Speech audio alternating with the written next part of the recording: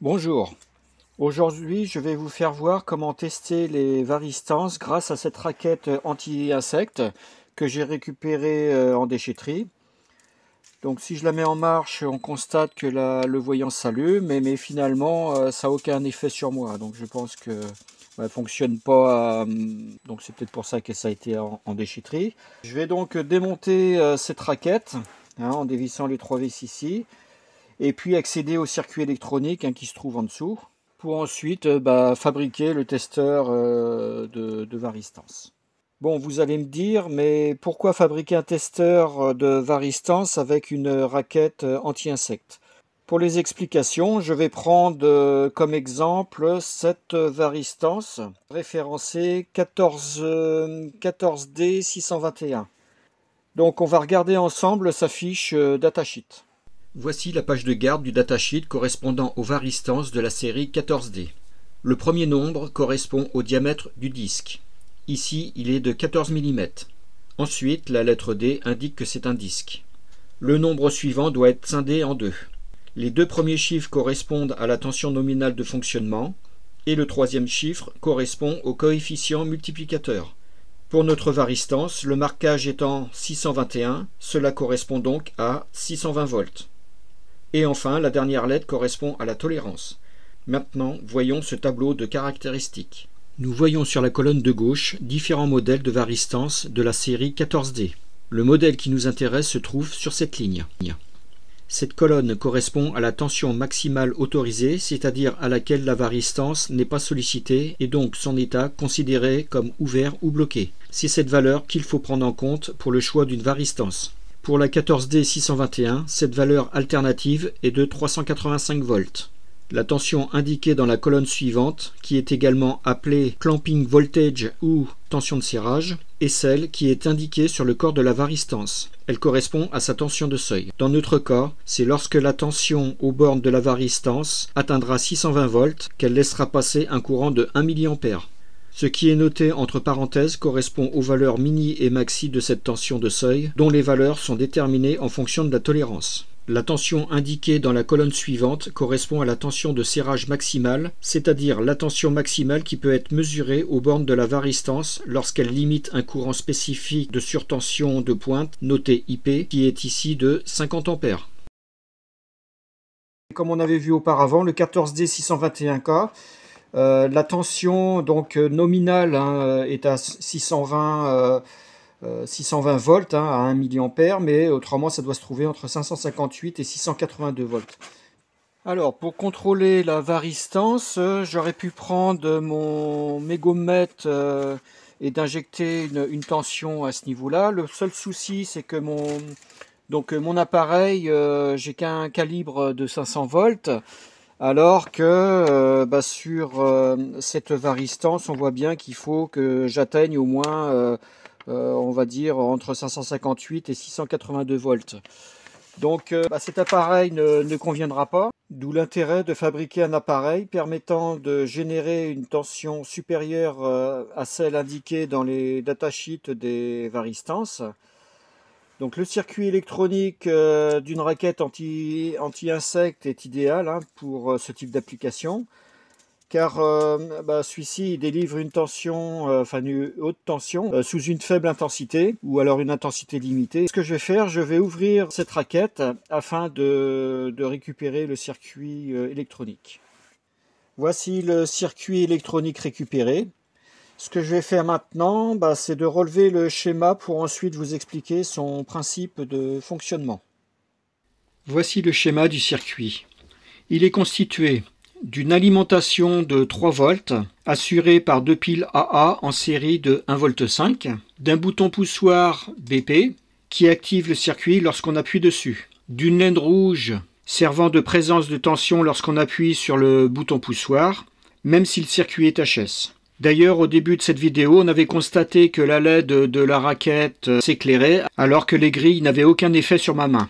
Finalement, j'ai dû remplacer le transistor Q1, qui était défectueux. Il y a également une résistance R4 de 910 ohms qui limite le courant dans la LED. Un transistor NPN Q1 de référence SS8050 qui joue le rôle d'oscillateur que l'on peut comparer à un interrupteur ultra rapide générant entre l'émetteur et le collecteur des impulsions électriques pour alimenter l'enroulement d'un ohme du transformateur, ici. Il fonctionne en commutation rapide pour transformer le courant continu DC en un signal alternatif pulsé AC, donc alternatif, en haute fréquence. La commande de ce transistor est assurée par l'enroulement de 2,5 ohms, ici, qui est connecté à la base de transistor à travers la résistance R3 de 580 ohms. Et cette résistance limite le courant et polarise la base du transistor. Grâce à ce mécanisme de rétroaction, le transistor s'active et se désactive rapidement, générant ainsi des impulsions électriques qui sont envoyées à l'enroulement secondaire du transformateur, qui se trouve ici, qui comporte un plus grand nombre de spires, d'où sa résistance plus élevée de 343 ohms. C'est donc un transformateur élévateur de tension qui augmentera la tension de quelques volts, 3 volts, issus de l'alimentation des piles, à plusieurs centaines de volts, avant que l'étage multiplicateur de tension, diode plus condensateur, ne l'amplifie davantage. Donc concernant cet étage multiplicateur de tension, il est constitué d'un seul étage, avec deux diodes de redressement, D1 et D2, un N4007, qui fonctionne comme un doubleur de tension en sortie du transformateur pour redresser la haute tension alternative générée par le secondaire du transformateur. Et également les condensateurs C2 et C1 de 3,3 nanofarad 1500 volts qui stockent l'énergie et permettent d'obtenir les impulsions haute tension à la sortie. En résumé, lorsqu'on appuie sur le bouton BP, le circuit s'active et le transistor commence à osciller. Le transformateur génère une haute tension via ses enroulements. Les diodes et condensateurs augmentent et stockent cette haute tension. La sortie haute tension électrocute l'insecte lorsqu'il touche les grilles métalliques de la raquette. J'ai fait également là ici une photo représentant le circuit avec tous les composants qui sont repérés sur le schéma. Bon, après toutes ces explications, je vais procéder à la réalisation du testeur de varistance. Alors, pour réaliser le testeur de varistance, voilà le matériel que j'ai prévu.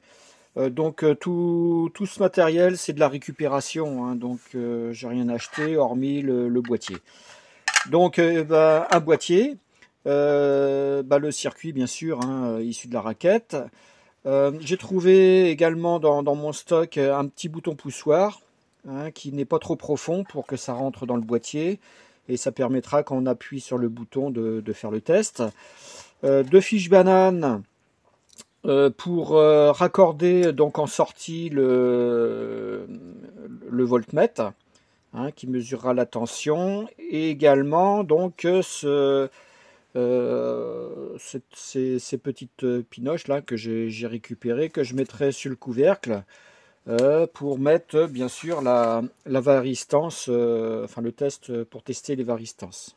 Voilà, comme ça je mets la varistance dedans, j'appuie sur le bouton et puis ça fera le test. Alors je vais rajouter également en entrée du circuit, puisqu'il est polarisé, une diode. Dans le cas où j'inverse par inadvertance la polarité, comme ça protège quand même le circuit des inversions de polarité. Donc c'est une diode, je pense que c'est une N4007. Donc ça c'est comme j'avais dit la sortie, et ça donc c'est les deux fiches bananes, 4 mm en entrée pour alimenter le circuit avec une tension maximale de 3 volts. Voilà, donc je vais mettre tout ça en place et puis après je vous ferai voir ce que ça donne. Bon, le testeur de varistance est terminé, donc le circuit est ici, l'alimentation, donc je mettrai ici, le plus et le moins. Ici, ça va être la sortie du voltmètre. Alors, ce que j'ai fait également, donc c'est la façade. Donc, pour faire déjà cette façade là, j'utilise un logiciel qui est, c'est Front Designer. La version 3, et bon, c'est avec ça que je fais toutes mes façades. Donc, ce qu'on voit en façade, c'est donc les polarités hein, qui sont bien représentées. Avec l'alimentation maxi, il faut qu'elle soit de 3 volts hein, maximale. Ici, c'est le bouton test. Hein, quand j'appuierai dessus, ça devrait allumer la LED et puis tester après en sortie ici. Et donc, la varistance se branche ici, hein, comme j'avais évoqué auparavant. Alors ce que j'ai fait hein, au niveau de la LED, je l'ai remplacé, hein, puisque la LED d'origine c'était celle-ci. Donc j'ai mis une autre LED, mais avant de la mettre, j'ai testé donc cette LED hein, avec mon appareil. Hein, je vous mettrai le lien hein, dans la description. Je l'avais mis sur une intensité de 22 mA et ça me donnait une tension de 2 volts. Donc j'ai changé la résistance de, comment dire, au niveau de la LED hein, pour qu'elle corresponde. Hein, j'ai dû mettre une résistance de 50 ohms. Donc j'ai enlevé l'autre. Et puis bien sûr, hein, comme j'avais dit auparavant également, j'ai mis une diode hein, qui se trouve derrière ici pour éviter les inversions de polarité. Voilà, donc ce que je vais faire maintenant, je vais fermer le boîtier et puis je vais tester le montage. Bon, le premier test que je souhaite faire, hein, c'est voir déjà le signal de sortie du montage, hein, donc sortie des condensateurs. Et donc j'ai branché mon oscilloscope, donc je l'ai mis ici, hein, la référence. J'ai raccordé donc l'alimentation sur mon alim stabilisé que j'avais faite avec un poste, une alimentation de PC. Je vous mettrai le lien dans la description si vous souhaitez faire le même poste. Donc je vais appuyer dessus, puis on va voir le signal hein, qui va s'afficher. Donc voilà, donc on voit que le signal il est parfaitement plat, hein, c'est-à-dire que c'est vraiment une tension continue hein, en sortie des condensateurs. Donc voilà pour ça. Donc maintenant ce que je vais faire, je vais prendre la tension en sortie et puis on va faire divers essais. Mais avant de prendre la tension en sortie du montage, je vais donc le premier contrôle à effectuer, hein, c'est de vérifier si la varistance n'est pas en court-circuit. Donc pour cela, j'utilise un multimètre en position ohmmètre et je dois vérifier. La résistance des varistances doit être très élevée, voire infinie. Donc pour l'ensemble des tests, hein, donc j'ai pris quatre varistances au hasard, hein, donc ces quatre là. Donc déjà je vais vérifier si elles sont pas encore circuit. Donc je vais me mettre voilà. Donc bien sûr hein, mon ohmmètre, on voit bien que ici je me mets à 0 et donc ici c'est bon. Hein, la résistance est infinie. Ici également. Ici également. Ici également. Voilà. Donc ça c'est le premier test à faire avec un ohmmètre. Hein, c'est de vérifier que les varistances soient pas en court-circuit. Et maintenant, on va alimenter le montage et puis on va vérifier les varistances avec le montage et aussi vérifier la tension de sortie. Bon, j'ai alimenté le montage en respectant les polarités. Hein. On voit ici donc la tension qui s'affiche sur mon alimentation. Donc là, je suis à 1 volt 15 hein, à peu près. Je vais appuyer sur le bouton. Voilà, et on voit que j'ai une tension donc en sortie hein, de mon voltmètre de 160, presque 164 volts. Alors si je reste appuyé sur le bouton et j'augmente la tension, faut pas que j'aille au-delà des 3 volts, hein, bien sûr. Donc on voit que là j'augmente, là je suis à 1 volt 5. 1 volt 5, on est augmenté à 480 volts. Et si je me mets mettons à 2 volts, donc 6, là j'augmente, hein, je suis à... Voilà, là j'arrive à 2 volts. Là, je suis à 2 volts et je suis à 880 volts. Donc, le principe de la mesure, c'est à chaque varistance, c'est que la tension soit, bien sûr, en sortie supérieure à ce qui est noté sur le datasheet au niveau de la varistance. Donc, ce que je vais faire, je vais, pour être sûr, pour pas reprendre tous les réglages. Là, je suis à 800, je vais mettre à, on va dire, je vais me mettre à presque, voilà, je suis à 1000 volts là. Donc j'arrive quand même dans la limite de mon voltmètre, puisqu'on l'entend biper un peu. Voilà, donc maintenant je sais que quand je vais appuyer sur le bouton, j'aurai 1000 volts de, en sortie. Alors, je vais commencer par une varistance. Je vais prendre celle-ci au hasard. Donc ça c'est, on voit la référence TVR 14561.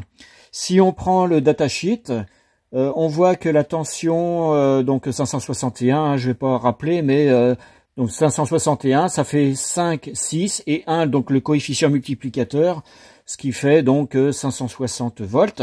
Et on voit sur le datasheet que la tension doit être comprise entre 504 et 616 volts. Donc ce que je vais faire, je vais mettre cette varistance sur mon appareil, voilà. J'appuie dessus et on voit que je suis à 517 volts. Donc 517 volts, c'est bien compris entre 504 et 616 volts. Donc cette varistance est bonne. Je vais prendre celle-ci au hasard. Donc ça, c'est la varistance 14D621. Donc sa tension sur le datasheet, on voit bien qu'elle doit être comprise entre 558 et 682 volts. Donc je me mets dessus. J'appuie sur le bouton. Et on voit que je suis à 624. Donc 624, on est bien entre 558 et 682. Donc celle-ci est bonne également. L'avant-dernière, donc c'est une 511 Core 14D avec une tension qui doit être comprise entre 459 et 561 volts. Donc je le mets dessus,